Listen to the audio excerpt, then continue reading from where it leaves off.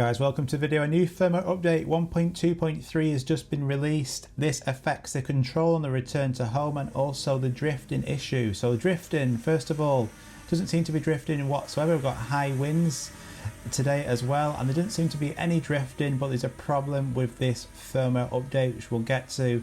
So let's take off and I'll explain all. So as I begin the flight, just as I am now increasing that altitude, I've noticed that the horizon is off, that it's not level.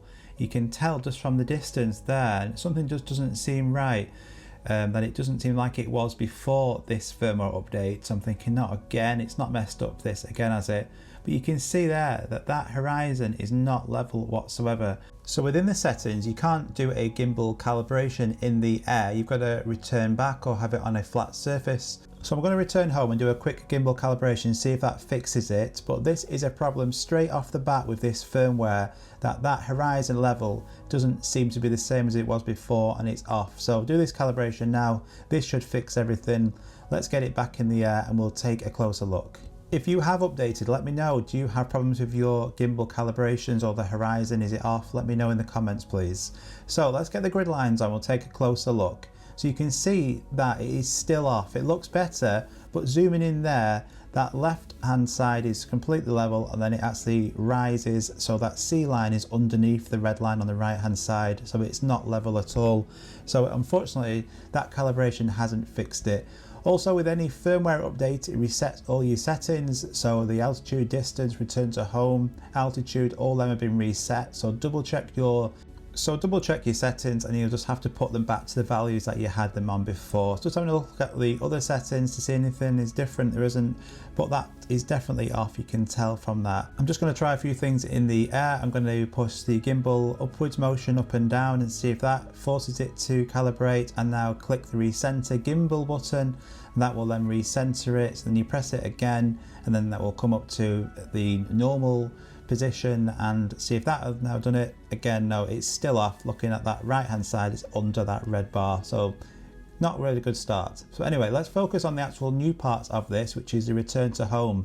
So when you click return to home now, and that drone goes into return to home mode, as it's actually coming back to you, you've now got the options to use the sticks and change that orientation of the drone. So what I mean by that is, as it's actually coming back to you, you can turn the stick to the left or the right, and for some bizarre reason it puts it into sort of FPV mode, so that gimbal will move like it does in FPV mode, and it will just go left or right, but it's not exactly stable, but it is still returning back home to you automatically whilst you've still got control of that orientation. So I've taken a look at it from this side now, so it will then automatically face its point of home, but as it's coming back home, automatically it's still coming back to me, but I can turn that left stick to the left or to the right, and I can change that orientation. It's probably not going to be the most used feature, but at least you can do it. Let's just try another recenter of that gimbal, because it's really irritating me that it's not level.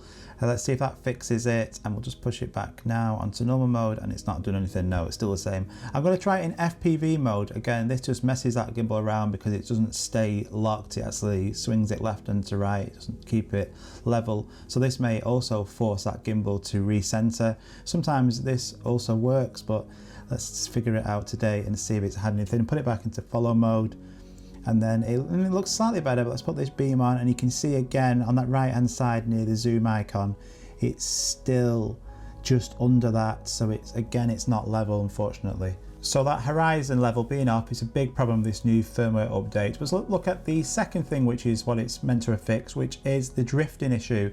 So myself and quite a few others were having problems with the drifting from this drone, but I'm pleasantly happy to say that there is no drifting from this whatsoever. It seems to have fixed all the drifting. We've got high winds today, but it's flying really straightforward like a dart. It's not have any problems with that drifting.